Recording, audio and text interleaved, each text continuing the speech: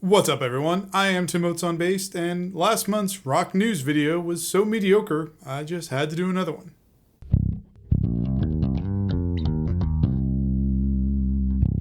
First up, David Hasselhoff released a metal single with Austrian duo Q-Stack, because 2020. As for music you may want to hear, Chris Cornell's estate released a surprise final album from the late Soundgarden frontman, consisting of 10 covers, including the infamous cover of Nothing Compares to You from Prince, as well as the recently released Patience, originally recorded by Guns N' Roses.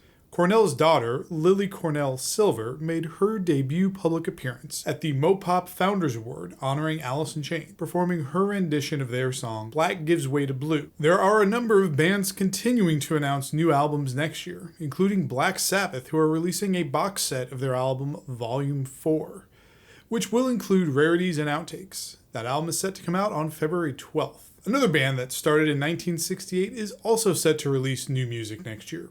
Led Zeppelin, that's Greta Van Fleet.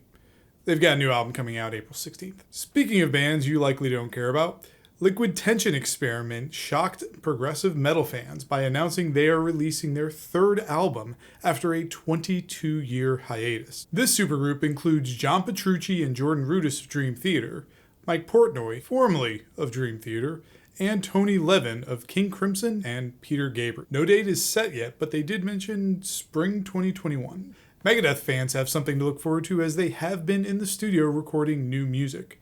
Bassist Dave Ellefson stated that he is confident there will be new music released sometime in 2021, but couldn't confirm if the whole album would be ready.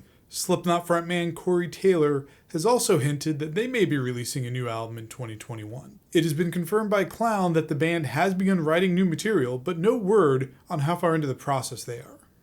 One of the factors adding to the uncertainty of next year for them is the fact that their tour was heavily impacted by the COVID-19 pandemic. Knotfest tour dates in Europe and South America have been pushed back to the back half of 2021, and Knotfest Japan is pushed back all the way to the spring of 2022. Another festival that has been pushed back to 2022 is Floating Hard Rock Cruise Shiprocked. As of the date of this recording, Christmas Eve, the lineup has not been announced, but they did promise it was coming soon.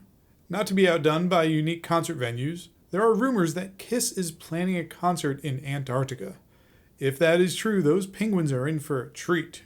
Also in What the Hell news, Creed frontman Scott Stapp is set to play Frank Sinatra, of all people, in the upcoming biopic on Ronald Reagan.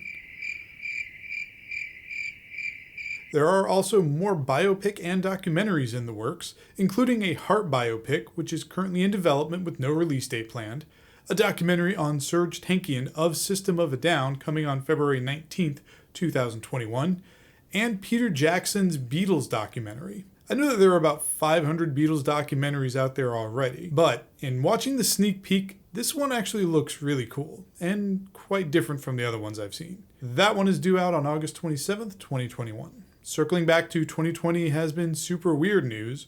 Rivers Cuomo of the band Weezer has been taking a web programming course in his downtime.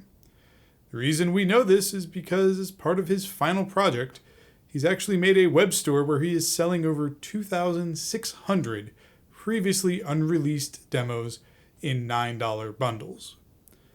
As of this recording, there are still bundles left for purchase, but it is highly recommended that you read the disclaimer before buying anything, especially if you're hoping for some unreleased Weezer gold, as many of these files are just random voice notes Rivers made for himself as part of the songwriting process. Bob Dylan also recently sold some of his music, specifically his entire catalog of over 600 songs, which he sold to Universal Music Publishing Group. The exact price of the transaction is undisclosed, but it is likely over $9 and probably north of $300 million. And lastly, in politics news, yes, you heard that right, politics. There are some pretty important music provisions in the recent COVID-19 relief bill that was passed by Congress that may or may not be signed into law by the president. First, there is a provision that will make illegal streaming a felony. Now don't worry, kids. This is targeting the providers of these illegal streaming sites, not the users, supposedly. Secondly, and probably more impactful to most music lovers, politicians reached across the aisle to do some good for the hard-hit music venues that haven't been able to host shows most of this year. Senate Democrat Amy Klobuchar and Senate Republican John Cornyn were able to include the Save Our Stages Act into the bill, which will earmark $10 billion to help music venues, promoters, and other music business professionals. That does it for your December rock news. Make sure to like the video, subscribe to the channel, leave comments, all that jazz. You keep making beautiful music, and I will see you in 2021.